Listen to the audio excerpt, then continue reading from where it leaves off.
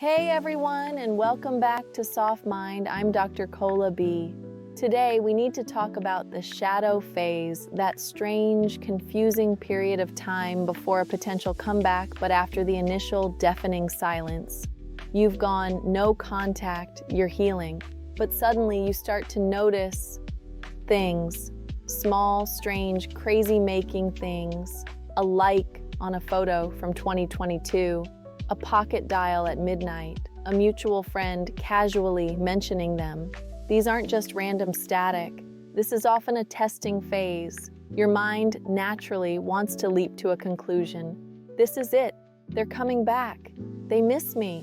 But I am here as your guide through this to ask you to pause.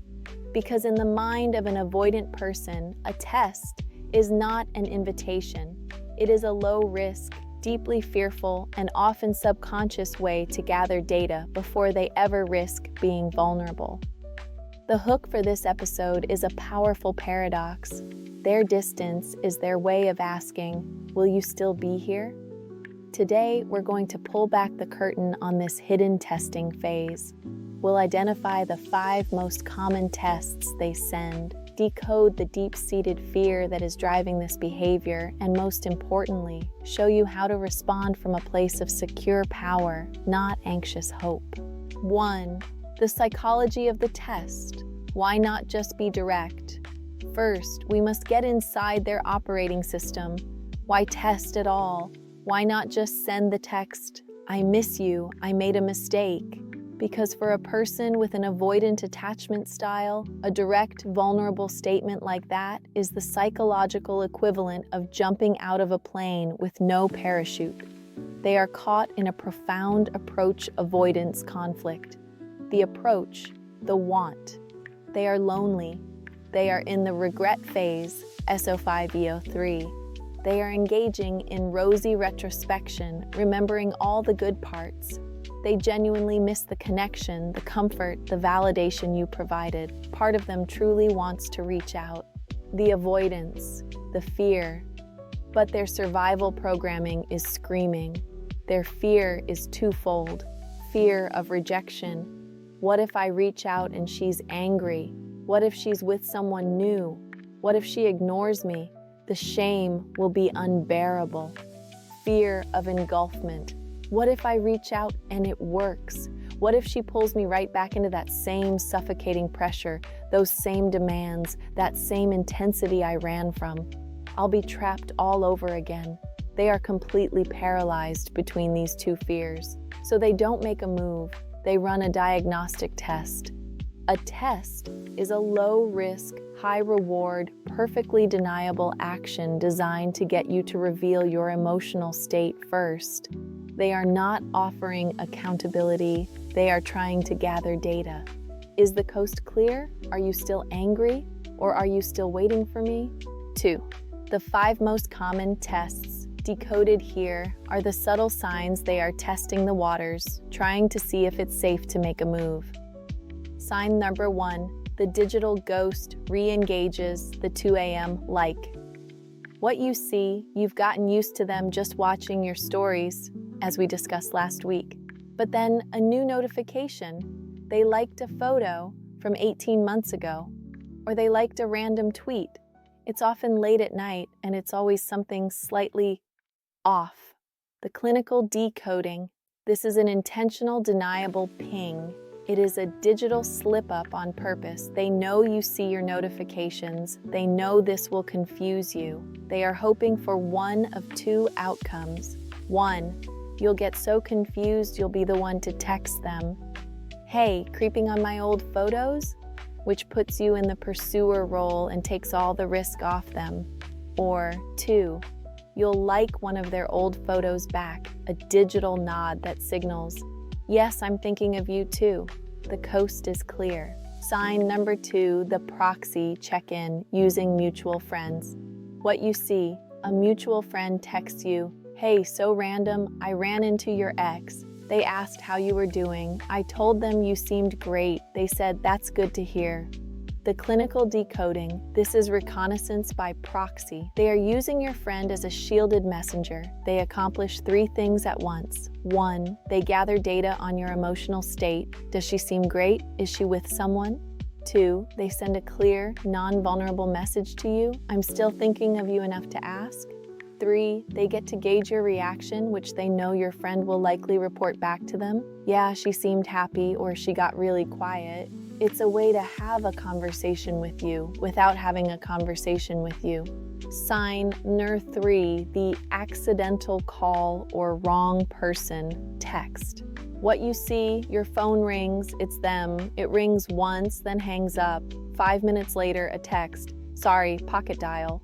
Or you get a text that says something random like, yeah, I can pick up the dry cleaning, followed immediately by, oops, sorry, wrong person. The clinical decoding. In the age of smartphones, the pocket dial is almost always a conscious, albeit cowardly test. This is the most direct form of deniable contact. It forces your phone to make a sound, to bring them to the top of your mind. It's a direct test of your tone. Their entire goal is to see how you reply. Do you reply, no problem? You're calm, you're not angry, safe. Do you reply, why are you calling me? You're angry, unsafe. Do you reply, oh hey, since I have you?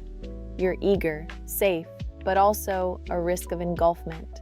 Do you not reply at all? This is the most confusing for them. It's a new pattern, it's powerful. Sign number 4, the nostalgia bait, the shared memory. What you see, a text out of the blue with 0 context. It's just a Spotify link to your song. It's a meme about that obscure show only you two watched. It's a photo of your old coffee shop. The clinical decoding. This is a purely emotional test. They are bypassing the how are you logistics and going straight for the shared emotional history. They are quite literally baiting you with a memory. They are testing to see if that emotional connection is still alive for you. If you bite and respond with your own emotion, OMG, that song, or I was just thinking about that place, you have just given them their answer. Yes, the emotional channel is still open. I am still attached. Sign N 5, the vague crisis breadcrumb. What you see, a cryptic, slightly concerning Instagram story post, worst day, or everything is a lot right now, or a direct text that says, ugh, my work is insane, I'm so stressed. The clinical decoding. This is one of the most subtle and important tests. This is a role check. They are testing to see if you will jump back into your old, caretaking, anxious-leaning role. Are you still the fixer? Will you immediately respond with, oh my God, what's wrong? Are you okay? Talk to me. Can I help? If you do, you've signaled that the old, unequal dynamic is still on the table. You're still willing to manage their emotions, which is a very safe and low-effort connection for them. I want to pause here, because if you have ever received one of these and your brain lit up with a mix of hope and anxiety and you've spent hours trying to decode what it meant, please hit that like button. You are not crazy. You are being intentionally, if subconsciously, tested. 3, the critical reframe, a test is not a proposal. This is the most important reframe you will ever have in your healing journey. I need you to internalize this. A test is not a sign of change, it is a sign of conflict. A test is not a sign of accountability, it is a sign of fear. These tests are not an offer. They are not them saying, I'm healed, I'm accountable, and I'm ready to offer you a secure, loving relationship. They are them saying, I'm lonely, I'm conflicted, and I'm still too afraid to take a real risk. Can you please take the risk for me? Can you please show me your cards so I don't have to show mine? Can you please confirm that you're still available for the old, unhealthy dynamic so I can feel safe? They are not testing the waters for a new relationship. They are testing the waters for the old one. And if you are ready to stop being a test subject, if you are ready to graduate from their class and become your own examiner, then I invite you to hit that subscribe button. Consider it a commitment to your own profound self-worth, which is not pass, fail. 4. How to respond. Stop playing the game. So what do you do? How do you pass the test? Here is the ultimate reframe. Your goal is not to pass their test. Your goal is to transcend it. You pass the test for your own healing by refusing to be a participant. The old, anxious leaning, you would have jumped at every single one of these. You would have replied to the text, liked their post back, asked what was wrong. You would have seen the test as an opportunity. The new, healed, secure you operates from a place of calm, neutral non-engagement. You see the 2 a.m. like. You observe it, you label it.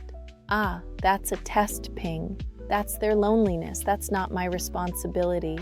You do nothing. You get the oops, wrong person text. You do nothing. You don't even need to write no problem. Your silence is the response. You get the vague crisis story. You observe it. They're seeking support. You do nothing. You are no longer on their crisis response team. You get the nostalgia bait. You do nothing. This calm, centered, non-reactive stance is not a game you are playing. It is the boundary. It is the ultimate statement of your new reality. It says non-verbally, I am no longer available for low-effort, deniable communication. I am no longer interested in decoding your fear. I am no longer willing to take the risk that you are unwilling to take. My peace is more important. If you have something real to say in a vulnerable and accountable way, you know how to do that. Otherwise, I am not available. This is not indifference, like we discussed in S04E05. This is a warm, firm, self-respecting boundary. By refusing to engage with the tests, you force them to make a real choice. They can either find the courage to send a real message like, I miss you, I was wrong, can we talk? Or they can retreat. Either way, you have protected your peace, held your power, and refused to go back to a game you've already outgrown. This is Dr. Cola B.